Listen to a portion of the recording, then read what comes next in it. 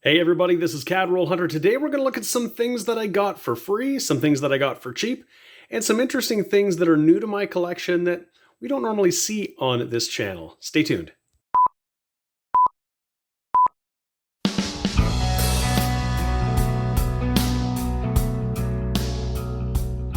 Hi everybody, this is James and you're watching my channel Cadroll Hunter, and that's right, I got a bunch of assorted things here today that we're going to look at, and I thought it might be interesting to look at a few things that we don't normally look at on this channel. So let's dive into it. First of all, we're going to look at some things that I just picked up from my bank for face value. So as you know, every time I go to my bank, I always ask, hi, do you have any old paper money? And I rarely get it, but I recently posted a video you saw where I got $1,015 of older Canadian bills. I remarked in that video when I got those that I'd wished I'd gotten some from the 1954 series, which you can sometimes get, and I didn't that time. But this time, the other day when I went to my bank, I asked, and they had these. So I picked these three bills up for $4 total, just at face value. And these are all the 1954 series. They're not in great shape, but that's okay by me. I'll take them whenever I can get them. They all feature the Beatty coin signature combination. And these are great pickups for me. You can see this one's actually cut a little bit, this too, just a little bit, not quite completely out of register, but it's not totally centered. That's really common for these bills, so it doesn't provide any premium. And in these conditions, these bills aren't probably worth much. But these are great old bills. You don't see them very often. All of these are also the modified series. So I've mentioned this before on the channel, but if you look at the Queen, particularly the Queen's hair, on the right-hand side, beside her ear, the original portrait looked to have the face of the devil. It was known as the devil's face or devil's head bill. And there was a bit of outcry, and they had to actually modify the portrait to soften those features. That's what we have here is the non-devil's face bill, the modified series it's called. So they came out somewhat after 1954. And the devil's face in the smaller denominations are actually quite rare. They're quite valuable. Even if they were in this condition, they'd be a really great pickup. I'll just flip these guys over so you can see what's on the other side. We've got some scenes of Canada. There's some rolling farmland. And then on the $1, we see an old country road on the prairies with some clouds. That's really cool. So these were great pickups. I'll probably put them in some holders just to keep them safe. We don't want to get them in any worse shape. You can probably buy these for in virtually uncirculated condition, probably for about $10. But if you only want to spend $1, then this is a great way to go. So I highly recommend when you're at your bank, ask, do you have any old bills? You never know what you're going to get. I just picked these up and I'm really happy about it. And of course, I use the Canadian Government Paper Money Charlton Standard Catalog to determine sort of what I've got, values, and if anything is rare. There's pictures of all the bills. And what I can see is that the P over B serial number is the BC38A catalog number. And it was printed in 160 million. So it's very common. So that's one of the things that I'd recommend is getting yourself a guide like this if you're going to collect any paper money to see what is valuable and what is not. There are test notes, of course, in this series. If you got it, say BD Razmitsky with G over R, $2,500 in VG condition. So it really pays to know your stuff and get a good guide so you can see what you've got. So next up, I made a stop at my local coin shop, and they had a bin of 50-cent pieces. So that's what we call them here, not necessarily half dollars. And I used to collect these when I was younger, and I stopped getting them probably when I was in high school. So there are lots of the more recent years that I don't have, but I had a look in their bin and they had lots of duplicates. Somebody might have had some rolls, but a really nice looking 1968, a 1979, a 92 with a double date. That is the 125 years of Confederation, a 1998, and there's a 2002. That's the Queen's Golden Jubilee, 50 years on the throne. So it looks a little bit different. A 2005 and a 2006. And we can see, of course, if I flip these over, we're going to see some different portraits of the Queen. This one is a portrait you don't see on many Canadian coins. This might have been special to this one. And of course, the other ones will all look familiar. The same obverse portraits that you find on other Canadian coinage. So I thought this was a really neat pickup. I didn't pay much more than face value for these, which is just crazy. And you can see they're in really, really nice condition. So I'm going to flip these up and put them in my binders. I probably had these ones, but these were the nicest older ones, the 68 and 79. But I don't think I had any of these other ones. So I'm going to add these to my collection as well. While we're looking at these 50-cent pieces, I really want to show you this one that's in my collection. This is a 2021, and you'll note that this reverse design is very familiar because this is the same reverse design that you'll see on 40s and 50s 50-cent pieces. And if I flip it over, what's really special about this one is that it actually features King George VI, which is really, really cool. I couldn't pass the opportunity up to get this. And of course, Canadian coinage will feature a male monarch once again, and with the passing of Queen Elizabeth II. And as I've mentioned on a previous video, the monarchs face different directions. So the Queen was always facing to the right on her portraits. King George VI faced to the left, and our next monarch, King Charles III, should be facing to the left again, because that's sort of the tradition in how these things work. So just a cool look at a really, really cool, different commemorative 50-cent piece.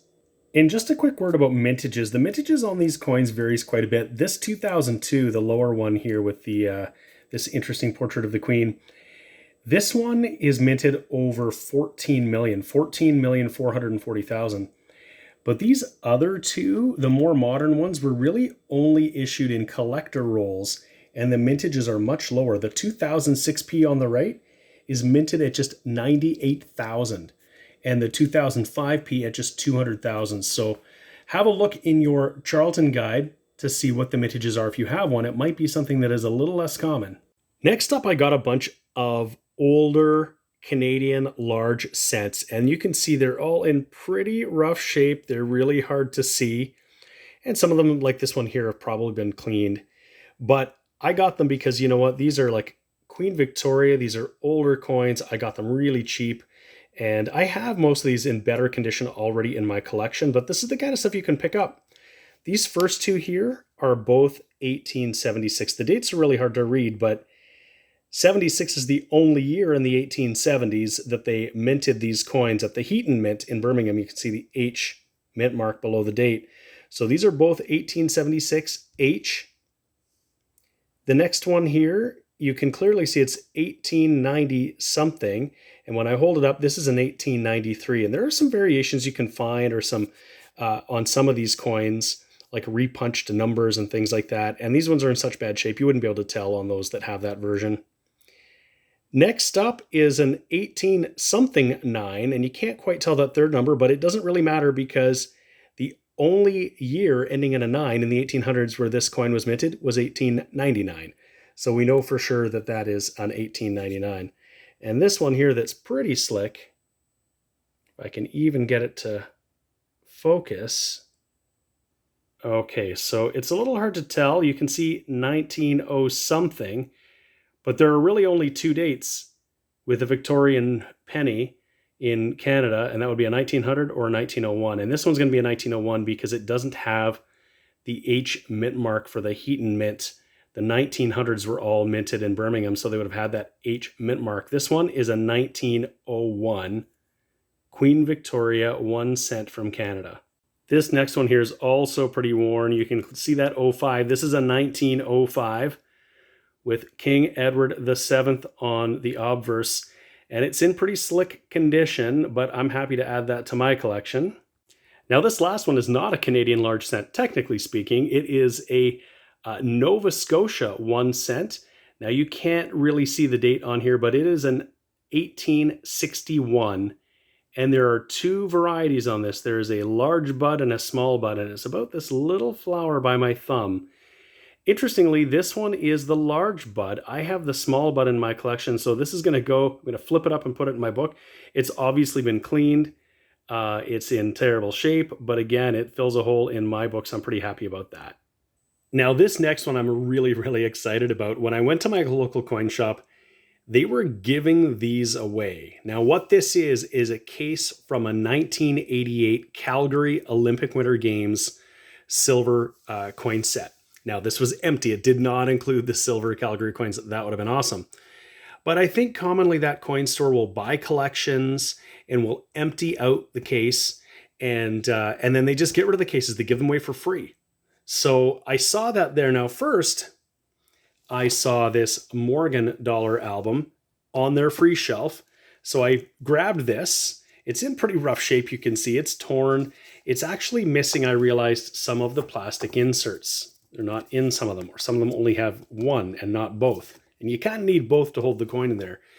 What I was looking for was something to put my Morgan dollars and my Peace dollars that I got in a trade very recently with one of my subscribers, Greg. You've seen the video. I'll post a link up in the corner so that you can check that out, because that was really, really cool. So I first stumbled upon this and I grabbed it, but then I saw this, and it was just an incredible stroke of luck. But essentially, I had gone to the coin shop to get a case of these capsules, 38 millimeters for the Morgan and Peace dollars. I had them in these little flips. This is what Greg had sent them to me, and you can sort of still see the outline of the coin in there. And I wanted to protect them a little bit better. I wasn't sure what to do with them, so I thought these capsules might work. So I bought these capsules, or I was in the process of buying the capsules when I saw this. And I'm going to open this up without further ado, because this is really incredible. So check this out. So I'm going to open it up and look at this. So this fits these capsules perfectly. They fit exactly in these spots. I took all of the Morgan and Peace dollars that I did in the trade, or got in the trade with Greg, put them in the capsules, and then in this case. Now, clearly, you can see Royal Canadian Mint on here. That's not what these are. But this is a way better way for me to actually display and store and protect my coins. It even still had the little inserts talking about each of the Calgary Olympic coins that were in here. I probably won't keep those. I just got them in there for now. But this is a much better way to display and protect and store my Morgan and Peace dollars. I have a few others as well. And lo and behold, the coin shop actually had another one of these. I grabbed it as well. It didn't cost me anything. They were giving them away. So this is absolutely perfect. So if your coin shop buys silver like mine does, have a look and see if they've got cases or old books like this Morgendahl or Whitman folder to see if you might be able to get your hands on them. I always check the free shelf. You never know what's going to be there. Sometimes there's nothing special, and sometimes there's a little gem like this that I was really, really happy to find. Well, I hope that you enjoyed that video, a little look at something different for my channel. If you did like it, please give the video a thumbs up. And if you haven't already subscribed to my channel, CAD Hunter, please do that now. I'd really appreciate it. Thank you so much for tuning in, as always, and we'll see you again next time.